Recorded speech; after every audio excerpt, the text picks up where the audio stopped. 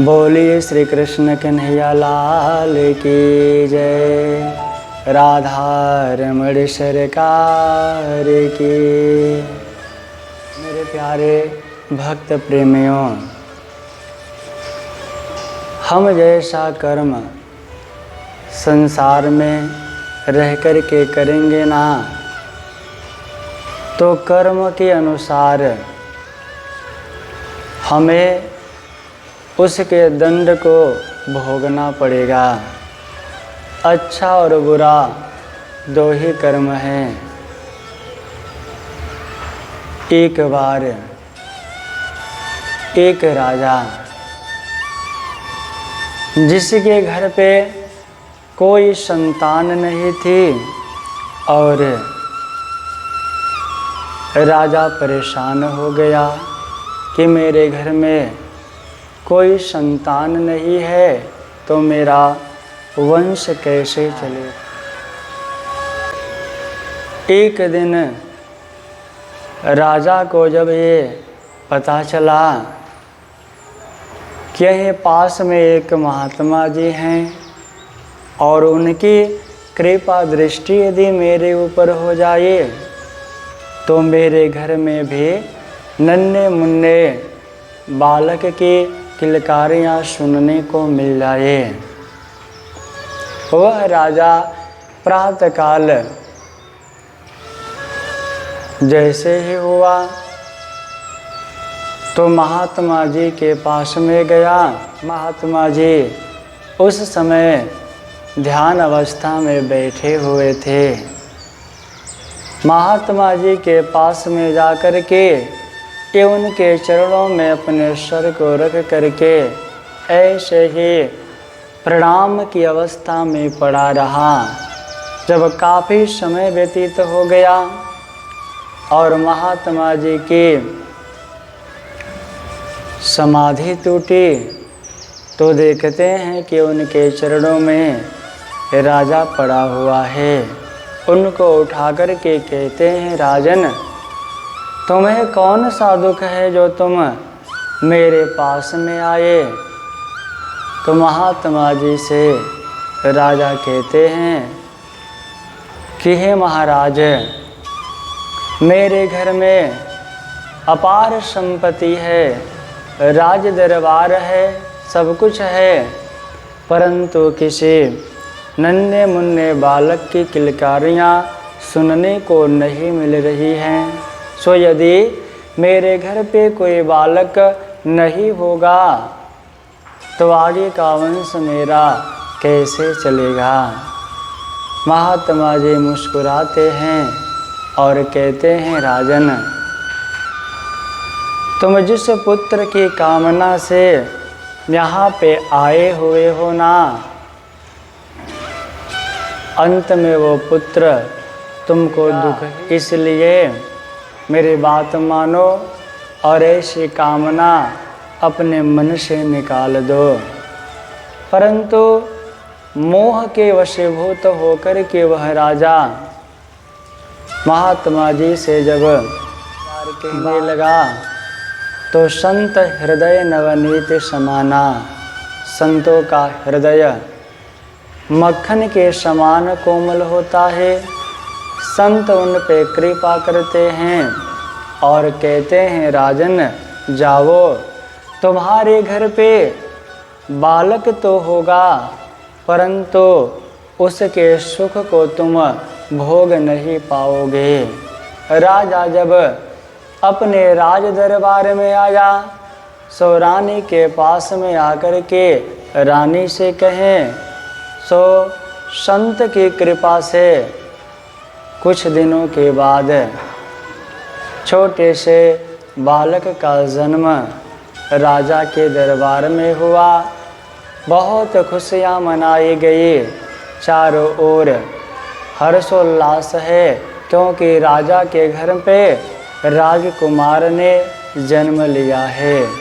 एक दिन की बात है, महारानी जो सोने के लिए जब अपने वो सेज पर गई तो उनके सर के ऊपर मयान में तलवार रखी हुई थी और उसी समय छोटे से बालक को अपने पास में सुलाई हुई थी। रानी जमाई लेने के लिए अपने हाथ को ऊपर कर और हाथ से तलवार लग जाती है, नीचे गिरती है और छोटे से बालक की गर्दन उसी समय अलग हो जाती है, उसकी मृत्यु हो जाती है। रानी जब ये देखती हैं कि मेरे पुत्र की मृत्यु हो गई तो उनको बड़ी चिंता होती है। राजा से वो डर जाती हैं कि यदि राजा को ये पता चला कि इस बालक की हत्या मेरे द्वारा हुई है तो राजा मुझे जीवित नहीं छोड़ेगा। रानी सोचती है कि मैं किसको कहूँ, कौन उस योग्य है जिसके आगे पीछे कोई नहीं है। जब नज़र उठा के देखती हैं राज कर्मचारियों पे तो उनको यही नज़र आता है कि यदि मैं राज कर्मचारियों को कहूँ तो इनके पास भी परिवार है और इनको बहुत दुख होगा। उनको दया आ जाती है। सोचते सोचते उनके मन में ये भाव आता है कि ये जो राज दरबार में साधु रहते हैं ना, इनके आगे पीछे कोई नहीं है। यदि मैं कह दूं उनको तो मैं भी बच जाऊंगी और उस साधु को दंड मिलेगा, सो किसी को दुख नहीं होगा। जैसे ही राजा को ये पता चला कि हमारा बेटा मृत्यु हो गई है उसकी, तो राजा परेशान हो गया और रानी के पास में आकर के कहा, कौन दुष्ट है जो मेरे बेटे की हत्या कर दिया। रानी कहती हैं कि देखिए, राज दरबार में केवल वही हमें नज़र आए जो साधु हैं ना, वही हमारे बेटे की हत्या कर दिए। राजा को क्रोध आ गया और राजा कहते हैं अपने दज्जालों से कि जाओ और जाकर के साधु की दाहिने हाथ को अलग कर दो। दज्जाल उनकी आज्ञा को मान करके अब चल पड़ते हैं, साधु को पकड़ लेते हैं, जाकर के उनको उनके दाहिने हाथ को अलग कर देते हैं। और जब वहाँ से वो चले आते हैं तो साधु से कहते हैं कि देखो, आपने राजकुमार की हत्या की है, इसलिए हत्या के बदले आपके दाहिने हाथ को काटा जा रहा है। अब साधु चिंता में पड़ गए कि मुझे तो अभी ये भी नहीं पता है कि राजा के घर पे किसी राजकुमार ने जन्म लिया हुआ है। परंतु जो संतगण होते हैं ना, वो अपने अंदर की कमियों को जानना चाहते हैं कि मेरे अंदर कौन सी कमी थी जिसके कारण मेरे साथ ऐसा हुआ। तो उनको ये पता चला कि यहीं पास में एक ज्योतिषी हैं जो भूत भविष्य वर्तमान देख करके ये बताते हैं कि हमने जीवन में कौन सा कर्म किया जिसके द्वारा हमें ये फल प्राप्त हुआ। तो जब संत जी को ये पता चला तो वे उस ज्योतिषी के पास में जाने लगे। और जब ज्योतिषी के कुटिया के पास में पहुँचे तो देखते क्या हैं कि जो ज्योतिषी की पत्नी है उनको खूब गालियाँ दे रही है, खूब गालियाँ दे रही है। अब साधु जी को ये समझ में आया कि अगर ये ज्योतिषी होता तो इसकी पत्नी इसे कितना गालियाँ दे रही है। जब इसको अपने विषय में खुद पता नहीं तो मेरे विषय में ये क्या बताएंगे। आने लगे वापस।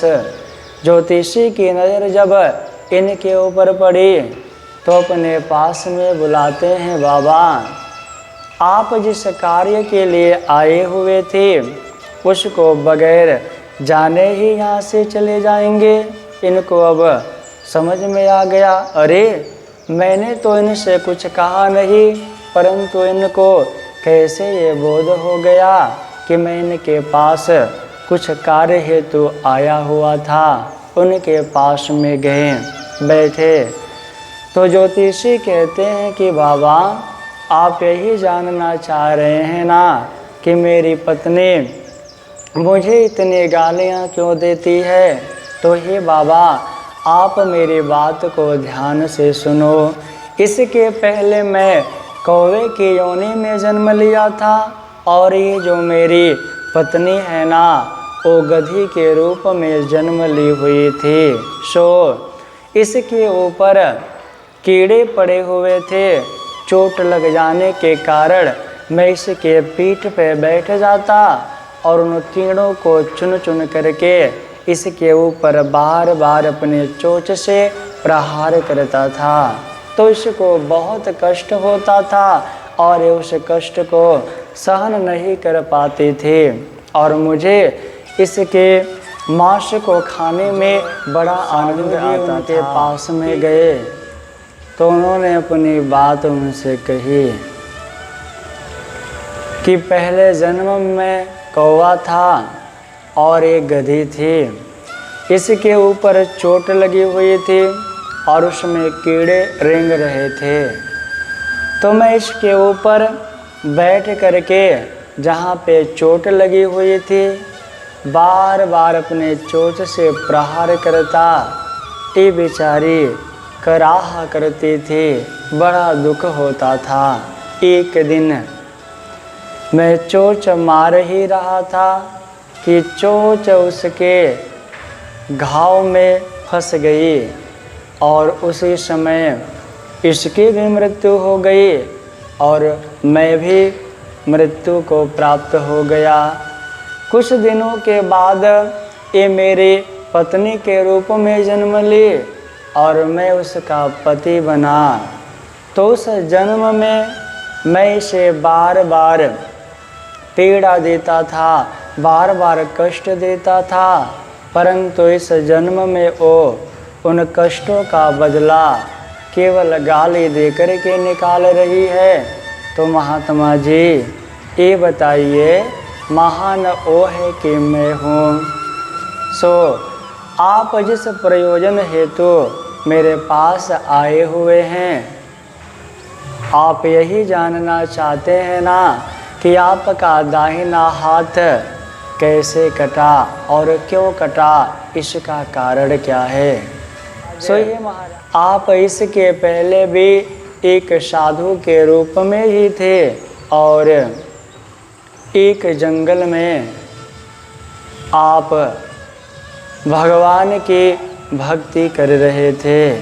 तो उस समय जब आप भगवान के ध्यान में थे, खड़े होकर के वंदन कर रहे थे, उसी समय आपके आगे से होती हुई एक गऊ जिसको कसाई दौड़ा रहा था आपके आगे से होती हुई निकल गई और कुछ समय के बाद वही कसाई आपके पास में आया और पूछने लगा महाराज यहाँ से जाते हुए आपने किसी गऊ को देखा है क्या।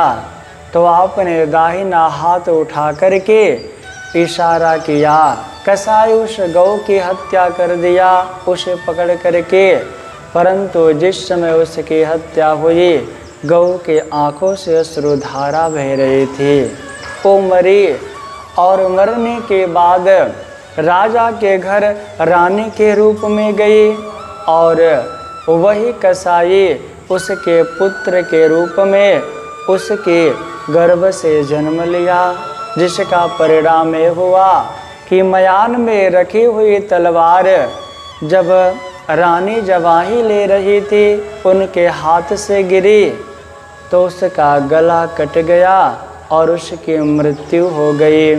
और आपका हाथ इसलिए काटा गया क्योंकि आपने अपने हाथ को ऊपर करके दाहिने हाथ से इशारा किया महाराज कि वो गऊ उधर गई है। इसलिए हम जैसा कर्म करेंगे वो कर्म हमारे आगे अवश्य आएगा। जैसे हजारों गऊ के बीच में बछड़ा अपने माँ को ढूंढते हुए अपने माँ के पास में चला ही जाता है। उसी प्रकार अच्छे बुरे कर्म जैसा हम करते हैं ना एक दिन वो हमें घेरते हुए हमारे पास आता ही है। राधे राधे।